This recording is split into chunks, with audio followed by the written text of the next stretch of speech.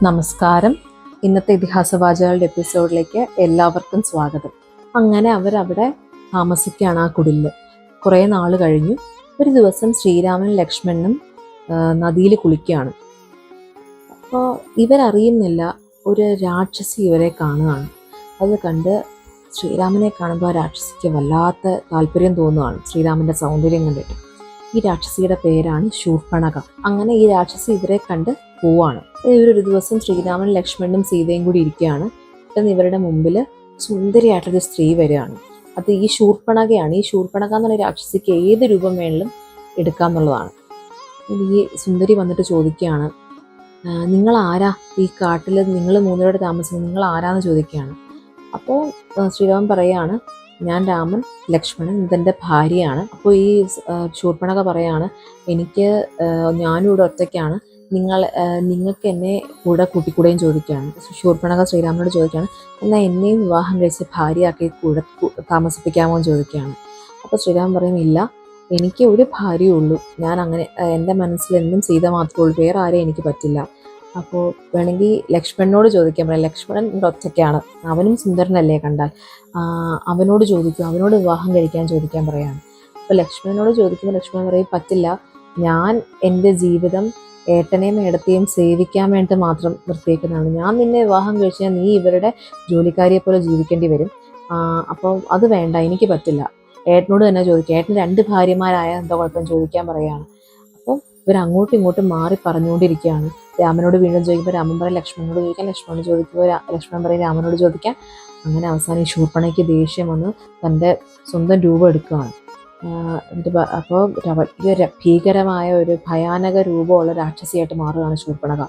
എന്നിട്ട് പറയും, ഞാൻ ആരാന്ന് നിങ്ങൾക്ക് അറിയുമോ, എൻ്റെ പേരാണ് ശൂർപ്പണഖ, ഞാൻ വിശ്രവസിൻ്റെയും കൈകസിയുടെയും പുത്രിയാണ്, എൻ്റെ ജ്യേഷ്ഠനാണ് ലങ്കയുടെ രാജാവായ രാവണൻ, കുംഭകർണൻ, വിഭീഷണനുണ്ട്, പിന്നെ ഖരദൂഷണന്മാർ, ഇവരൊക്കെ എൻ്റെ സഹോദരന്മാരാണ്, എല്ലാം വളരെ ഭയാനകമായിട്ടുള്ള രാക്ഷസന്മാരാണ്, നിങ്ങൾ എങ്ങനെ എന്നെ ഇങ്ങനെ പറ്റിക്കാൻ നിങ്ങൾക്ക് തോന്നി എന്ന് പറയാണ്. അപ്പം ഇവരൊന്നും മിണ്ടില്ല.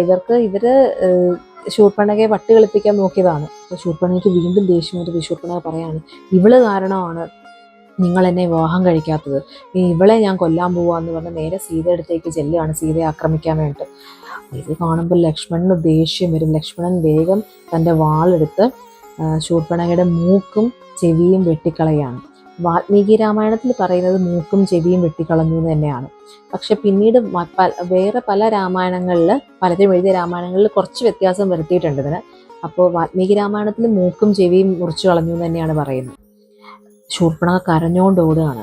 അങ്ങനെ ശൂർപ്പണഖ കരഞ്ഞോണ്ട് നേരെ ജനസ്ഥനം എന്ന് പറഞ്ഞ് ഒരു സ്ഥലത്തേക്ക് പോവുകയാണ്. അവിടെ തൻ്റെ സഹോദരന്മാരുണ്ട്. അത് ഖരനും ദൂഷണനും, ഇരട്ടകളാണ് അവർ. ശൂർപ്പണഖയെ കാണുമ്പോൾ തന്നെ അവർ ഞെട്ടും. നിൻ്റെ അടുത്ത് ആരാ ഇത് ചെയ്തതെന്ന് ചോദിക്കുക. അപ്പം കാട്ടിൽ 2 ആണുങ്ങളുണ്ട്, രാമനും ലക്ഷ്മണനും, അവരെ എൻ്റെ അടുത്ത് ഇത് ചെയ്തത്, ഒരു കാര്യവുമില്ലാതെ എന്നെ ഉപദ്രവിച്ചു എന്ന് പറയുകയാണ്. ഇത് കേൾക്കുമ്പോൾ ഖരദൂഷണന്മാർക്ക് ദേഷ്യം വരികയാണ്. അവർ വേഗം 14 രാക്ഷസന്മാരെ വിടുകയാണ് ശൂർപ്പണഖയുടെ കൂടെ ഇവരെ കൊല്ലാൻ. അപ്പോൾ ഇവർ ചെല്ലുമ്പോഴേക്കും ശ്രീരാമൻ ലക്ഷ്മണൻ്റെ അടുത്ത് പറയും, സീതയും കൊണ്ട് നീ അകത്തിരുന്നോളൂ, ഞാൻ പോയി കൊന്നിട്ട് വരാം ഇവരെ എന്ന് പറയാണ്. ചെന്നീ 14 രാക്ഷസന്മാരെയും നിഷ്പ്രഭമാണ് ശ്രീരാമൻ കൊന്നുകളയുന്നത്. ഇത് കണ്ടുകൊണ്ടിരുന്ന ശൂർപ്പണഖ തിരിച്ചോടി വന്ന് ഖരദൂഷണന്മാരോട് പറയുകയാണ്, 14 പേരെയും ഈ വളരെ എളുപ്പമായിട്ടാണ് ശ്രീരാമൻ കൊന്നതെന്ന് പറയുകയാണ്. ഇത് കേൾക്കുമ്പോൾ ഇത്രയ്ക്ക് ശക്തിയുള്ളവന്, എന്നാൽ നമ്മുടെ 14,000 രാക്ഷസന്മാരും ഞങ്ങളും കൂടി പോവാന്ന് പറയാണ്.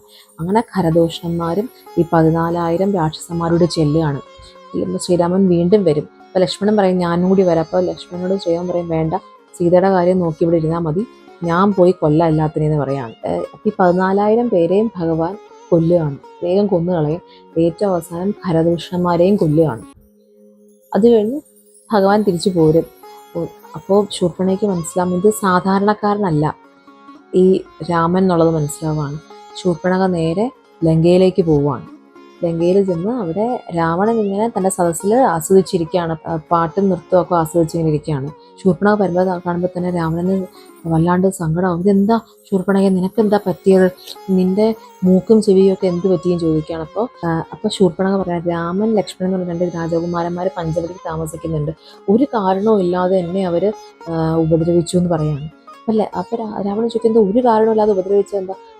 അതല്ല, അവരുടെ അതിൽ രാമൻ്റെ ഭാര്യയുണ്ട്, സീത, അതിസുന്ദരിയാണ്, കണ്ടാൽ ചന്ദ്രൻ്റെ മുഖമാണ് അവൾക്ക്, അത്ര സുന്ദരി. അവളെന്ന് പറഞ്ഞാൽ രാമന് ജീവനാണ്. അവള് രാമനെ സേവിച്ചാണ് അവിടെ ജീവിക്കുന്നത്. രാമന് അത്ര സന്തോഷമാണ് അവള് കൂടെ ഉള്ളപ്പോൾ. അപ്പോൾ അങ്ങനത്തെ ഒരു സ്ത്രീ ഏട്ടൻ്റെ ഭാര്യയാണെന്ന് ഞാൻ വിചാരിച്ചു. അപ്പം അതിന് ഞാൻ അവളെ കൊണ്ടുതരാൻ വേണ്ടി പോയപ്പോൾ ഈ ആണുങ്ങൾ എൻ്റെ മൂക്കും ചെവിയും മുറിച്ചു കളഞ്ഞു. ഏട്ടൻ അവളെ കിട്ടണം, അവൾ ഇരിക്കുന്നിടത്ത് അവൾ ആരുടെ ഭാര്യയായിട്ടിരിക്കുന്നു അയാൾക്ക് ഇന്ദ്രനേക്കാളിലും സന്തോഷമുള്ളവനായിരിക്കും, ഏറ്റവും കേമനായി മാറുകയും ചെയ്യും. അവൾ അത്ര സുന്ദരിയാണ് കാണാൻ. അങ്ങനെ ഇങ്ങനെ ഓരോന്നും പറഞ്ഞ് രാവണൻ്റെ മനസ്സിളക്കുകയാണ്. ഇത് കേട്ട് കഴിയുമ്പോൾ രാവണൻ ആകെ ആഹാ, എന്നാൽ പിന്നെ ഇങ്ങനത്തെ ഇത്രയും സുന്ദരി എൻ്റെ ഭാര്യയാണ്, അവൾ എന്തിനാ വേറൊരുത്തൻ്റെ ഭാര്യയായിട്ടിരിക്കുന്നത് എന്ന് മനസ്സിൽ തോന്നുകയാണ്. എന്നിട്ട് രാവണൻ പറയാം, എന്നാൽ ശരി ഞാൻ വരാം, സീതയെ നമുക്ക് ഇങ്ങോട്ട് കൊണ്ടുവരാമെന്ന് പറയാണ്. എന്നിട്ട് രാവണൻ നേരെ പഞ്ചവടിയിൽ ചെല്ലുകയാണ്. അപ്പോൾ അവൻ കുറച്ചടുത്തായിട്ട് തന്നെ മാരീചൻ താമസിക്കുന്നുണ്ട്. പണ്ട് ശ്രീരാമൻ അമ്പെയ്ത് ഓടിച്ച മാരീചൻ, വിശ്വാമിത്രൻ്റെ യാഗം തടസ്സപ്പെടുത്താൻ വന്ന മാരീചൻ.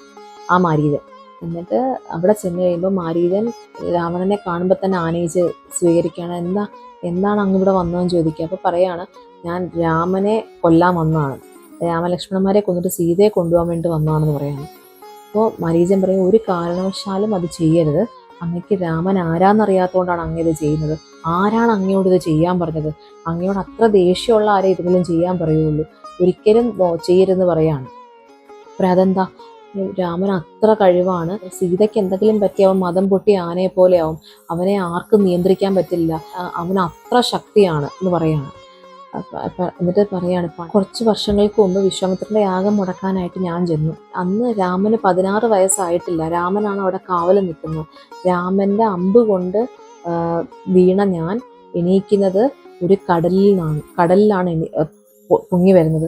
100 യോജനങ്ങൾക്കപ്പുറം കടലിൽ ചെന്ന് വീണു അവൻ്റെ അമ്പ് കാരണം ഞാൻ എന്ന് പറയാണ്. രാമൻ എന്ന് പറയുന്ന അങ്ങനെ സാധാരണ ഒരു മനുഷ്യനല്ല, അങ്ങ് പേടിക്കണം എന്ന് പറയാണ്. അപ്പോൾ എനിക്കതൊന്നും കാര്യമൊന്നുമില്ല, ഏതാളാണെങ്കിലും എൻ്റെ മുമ്പിലൊന്നുമല്ല, എനിക്ക് അത്രയ്ക്ക് കഴിവുള്ളവനാണ് ഞാൻ, എന്നെ തോൽപ്പിക്കാൻ ആർക്കും പറ്റില്ലെന്ന് രാവണൻ പറയാണ്. അപ്പോൾ മാരീചൻ പറയാണ്, വെറുതെ ഉറങ്ങിക്കിടക്കുന്ന സിംഹത്തിനെ എണീപ്പിക്കരുത്, സീതയ്ക്ക് എന്തെങ്കിലും പറ്റിയാൽ ലങ്ക ഇല്ലാതാക്കും രാമൻ എന്ന് പറയാണ്. അപ്പോൾ രാവണൻ പറയാം, അതൊന്നും എനിക്ക് കുഴപ്പമൊന്നുമില്ല, എന്നെ ഒന്നും ചെയ്യാൻ അവന് പറ്റില്ല എന്ന് പറയാണ്. അപ്പോൾ മാരീചൻ പറയാം, എന്തായാലും എനിക്കൊന്നും ചെയ്യാൻ പറ്റില്ല, എനിക്ക് പേടിയാണ്, രാമൻ്റെ കൈകൊണ്ട് ഞാൻ മരിക്കും എന്ന് പറയാണ്. അപ്പോൾ രാവണൻ പറയും, നീ ഞാൻ പറയുന്നത് കേട്ടില്ലെങ്കിൽ നിന്നെ ഞാൻ കൊല്ലും, ഞാൻ പറയുന്നത് പോലെ ചെയ്തു കഴിഞ്ഞാൽ രാമൻ്റെ കൈ കൊണ്ട് മരിക്കാതെ നിനക്ക് രക്ഷപ്പെടാമെന്ന് പറയാണ്. മാരീചൻ പറയും, എന്തായാലും നടക്കാൻ പോകുന്നില്ല, എന്താണ് അങ്ങക്ക് വേണ്ടതെന്ന് ചോദിക്കുക. അപ്പോൾ പറയും, നീ ഒരു സ്വർണ്ണമാൻ്റെ രൂപമെടുത്ത് അവിടെ ചെല്ലണം, അവിടെ ചെല്ലുമ്പോൾ എന്തായാലും നിന്നെ കാണുമ്പോൾ സീതയ്ക്ക് നിന്നെ വേണമെന്ന് പറയും.